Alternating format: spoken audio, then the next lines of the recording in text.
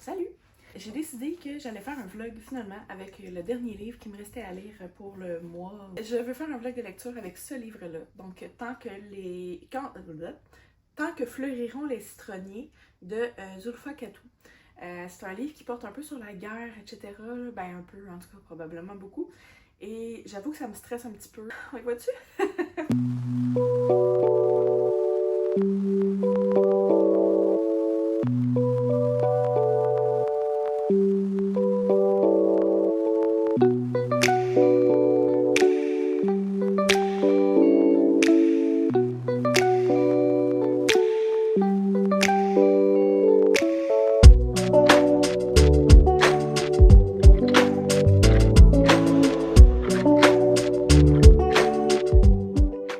Donc, je vais enregistrer, du moins, je vais tenter d'enregistrer ma lecture. Jusqu'ici, j'ai juste commencé, j'ai lu la dédicace et la dédicace me stresse tellement que c'est cute. De chaque citron naîtra un enfant et les citrons ne mourront jamais. Donc, les enfants. Oh, en tout cas, j'ai vraiment peur de lire ça. Fait que voilà, on va voir en live mes réactions et tout ce que je vais vivre à travers tout ça. Là, pour l'instant, mes enfants sont tranquilles. Je vais en profiter. On est en grève ces temps-ci. Le personnel scolaire est en grève. Donc, j'ai mis 6 enfants à la maison et 1 en garderie. Alors, c'est pas toujours facile de trouver du temps pour lire. Mais là, ça va aller. Tout le monde est tranquille. Tout le monde est sauté sur ses affaires. C'est parti. C'était pas un grand début, ça. Ça restera pas dans les annales. Alors, je pense que je vais me coucher quand j'ai mal. J'ai mal dans le cou. Sachez-le aussi, hein. J'ai une hernie cervicale dans le cou ici. Fait que je peux pas me positionner comme je veux. Comme là, je suis bien. Mais je resterai pas de même pendant 3 heures. Fait que là, je peux pas lire. Je suis pas confortable. Qu'est-ce que je fais? Je me couche à moitié, puis je mets ça dans mon dos. Ça va-tu? Mon Dieu. Pas du tout. Non. Au secours. Ça va pas pire. Je fais voler de la mousse. Ok. C'est bon, ça. C'est parti!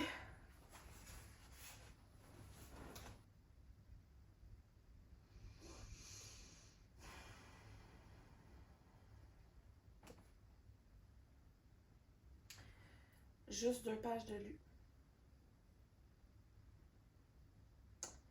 Puis on parle déjà de ce qui se passe. En fait, ça c'est en série, là, mais il y a tellement de rappels avec ce qui est en train de se passer, en tout cas, actuellement.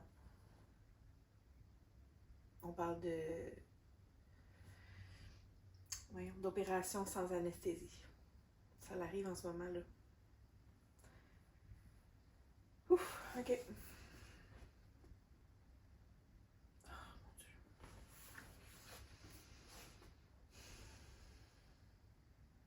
J'ai déjà un chapitre de lu et je sais déjà que je vais le lire très rapidement.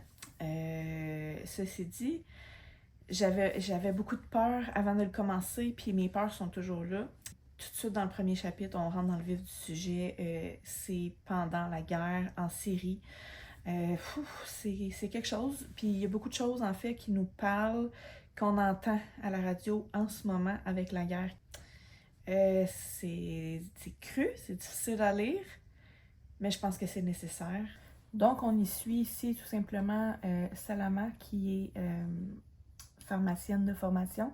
Je crois qu'elle était à l'école pendant que la guerre a éclaté. Et malheureusement pour elle, c'est une des personnes qui est le plus avancée médicalement parlant. Donc elle remplace les médecins. Donc pharmacienne, étudiante pharmacienne qui devient médecin. En fait, n'importe qui est devenu infirmière. Tu sais, quand on est en temps de guerre, on s'en fout des diplômes rendus là. Fait que voilà, c'est ce que j'ai lu pour l'instant. C'est assez tragique déjà. Ça va être quelque chose. Salut! Dans le fond, là, je vous fais un petit recap du début de ma lecture. En passant, dites bonjour à Roger. Seigneur, un peu plus, puis c'est une deuxième tête qui me pousse. Je voulais vous dire que j'ai continué d'avancer. Ceci, c'est... Mon Dieu, c'est vraiment bon, c'est vraiment excellent. Là, j'ai pas de mots, je le lis vraiment rapidement. Je suis en présence de mes enfants, ça se peut qu'on les entende. Qu'est-ce que je peux dire sur ce roman sans spoiler? Ça nous amène tellement de questions, je trouve, cette lecture-là. Je vais fermer ça, je pense qu'on entend les bonhommes. Donc, je trouve que ce roman-là nous fait nous poser les vraies questions. En gros, qu'est-ce qu'on serait capable de faire pour survivre? Qu'est-ce qu'on serait capable de faire pour sauver notre famille?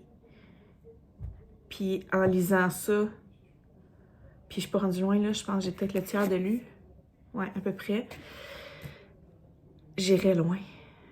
J'irais aussi loin.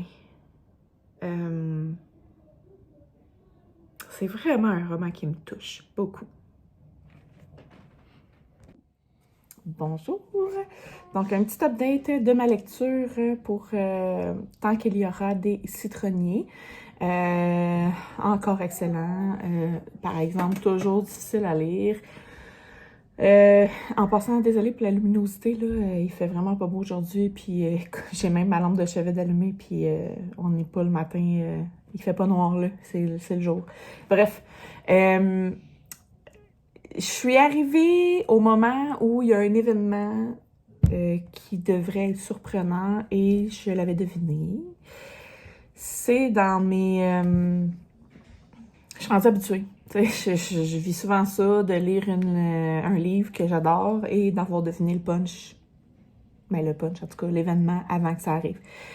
Bref, ça change rien à ma lecture parce que c'est une lecture appréciée. Fait que c'est ça. Donc, il m'en reste pas beaucoup aujourd'hui. J'aimerais ça le terminer aujourd'hui. Puis j'aimerais ça tourner mes vidéos demain. Fait que il faut vraiment que j'enclenche. En fait, il me reste pas tant de pages que ça. Là. Il me reste 100, 120 pages peut-être. Là, fait qu'on devrait y arriver. Mais c'est ça. C'est à la fois dur et doux. C'est mes enfants qu'on entend, by the way. Je sais pas si on les entend. Douce. En tout cas, comment j'ai dit ça? C'est une lecture dure, mais douce.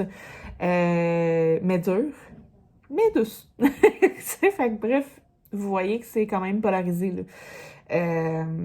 Mais ce qui est dur nous paraît parfois quasiment normal dans l'histoire.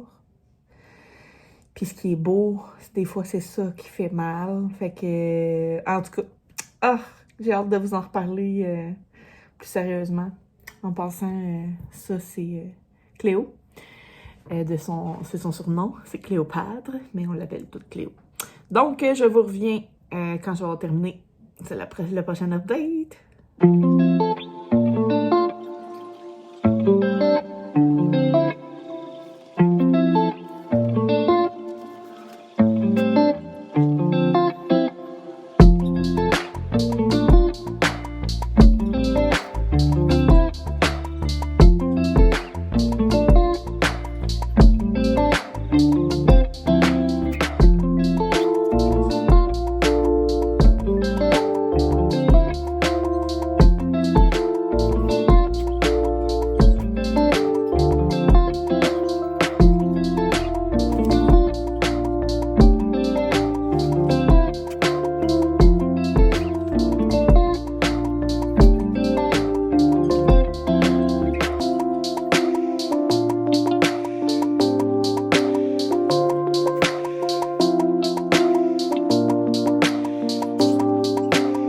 Salut la gang! Aujourd'hui, je suis avec vous pour vous parler du vlog de la semaine et c'est sur Tant que fleuriront les citronniers de Zulfa Katou, publié chez les éditions Nathan.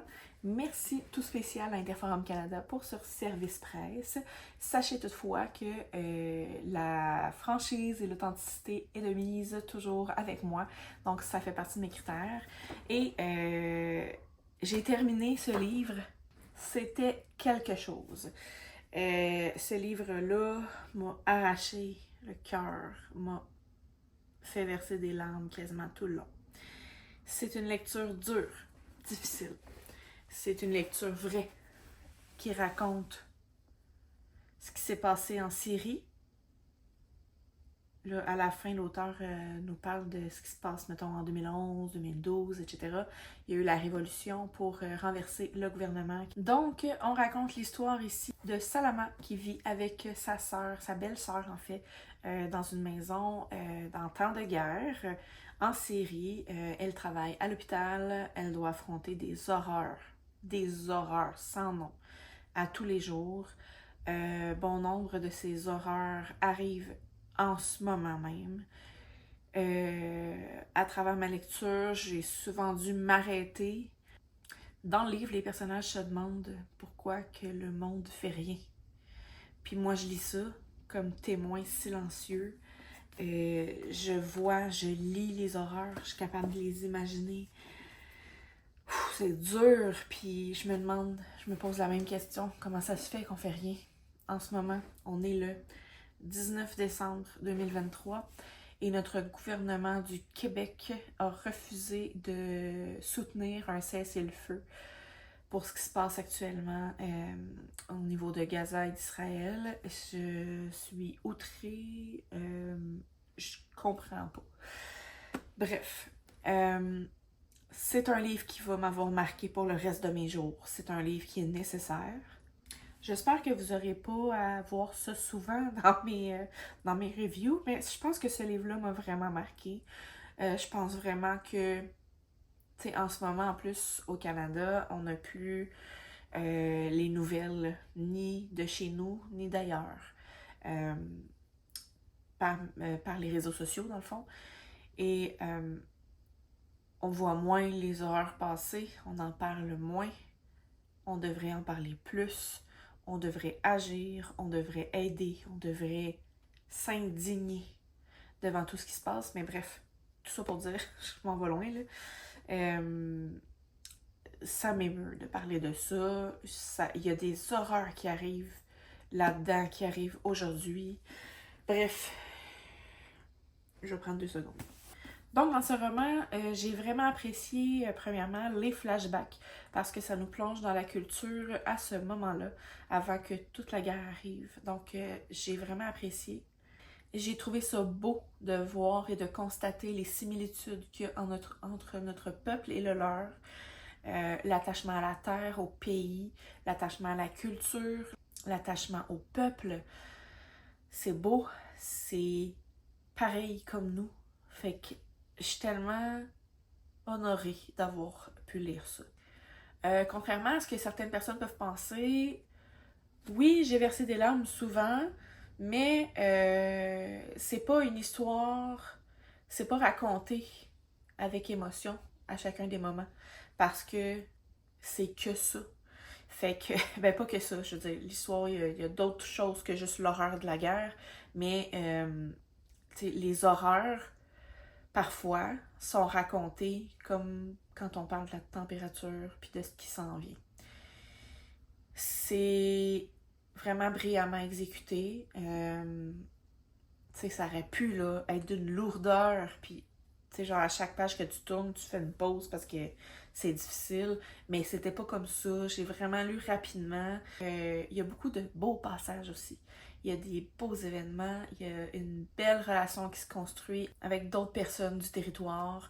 Elle crée des liens avec son collègue médecin à l'hôpital.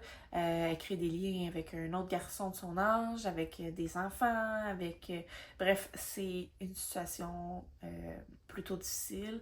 Puis, malheureusement, parfois, les beaux moments deviennent tristes.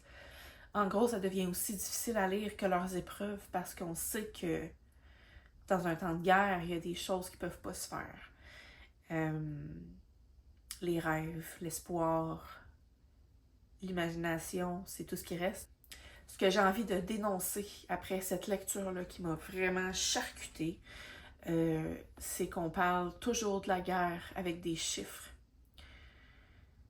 Il y a 500 personnes qui sont mortes tel jour, dans telle situation. Il y en a 10 qui sont morts dans telle autre situation. Et des personnes, c'est des personnes avec une famille, C'est des personnes avec des rêves. C'est des personnes qui ont tout perdu. Puis qu'en plus, ils perdent la vie. Quand on dit que 500 personnes sont décédées, c'est 500 univers qui disparaissent. Et ce qui se passe ici, dans le roman, il est écrit à la fin dans la note de l'auteur, j'ai vraiment apprécié, c'est que tous les éléments qui arrivent dans le livre sont arrivés pour vrai. Elle explique aussi qu'elle a dû comme condenser les événements parce qu'il fallait que ça dure dans un certain laps de temps pour suivre la grossesse d'un personnage, mais que ça s'est déroulé comme avec plus de distance entre les événements, là, mais reste que tout ce qui est arrivé était vrai. Donc, cette lecture, pour moi, sera évidemment un coup de cœur. Quand c'est le genre de lecture qui te marque puis que tu vas y penser encore dans 2 semaines, dans 2 ans, dans 20 ans, je pense que tout le monde devrait avoir ça dans leur bibliothèque. Tout le monde devrait lire ça. Ça nous pousserait peut-être un peu plus à intervenir. Bref. Salama était étudiante en pharmacie avant d'aller travailler à l'hôpital, donc elle n'a pas la formation pour être médecin, mais elle agit en tant que médecin parce qu'il n'y en a plus. Fait que elle fait son possible, mais elle n'a pas les connaissances suffisantes. Fait que je vous laisse deviner l'horreur de la situation, le sentiment d'impuissance qui règne au niveau de bien des personnages là-dedans, là. C'est assez terrible et je pense qu'on a le même sentiment comme lecteur. Donc voilà, c'est vraiment, vraiment une lecture que je vous recommande. Oui, c'est dur, oui, c'est nécessaire, mais ça reste une belle histoire. Il y a du beau aussi, c'est pas que de l'horreur, il y a du beau. Donc voilà, je vous supplie de lire ce livre-là. Tant que fleuriront les citronniers de Zulfa Katou. C'était une lecture semi-commune avec Karine de Mon Coin Lecture. Je l'ai commencé un peu tôt et elle a commencé quand que j'étais en train de le finir. Donc on s'est croisés dans nos lectures et j'espère qu'elle va avoir aimé autant que moi. J'ai hâte de lire son avis sur ce livre-là. Donc, je vous souhaite une très belle journée. Ça a été compliqué faire un vlog avec 7 enfants. C'est pas évident. Il y a tout le temps du bruit. Fait que c'est ça. Bref, je vous souhaite une belle journée. On se revoit. À la prochaine!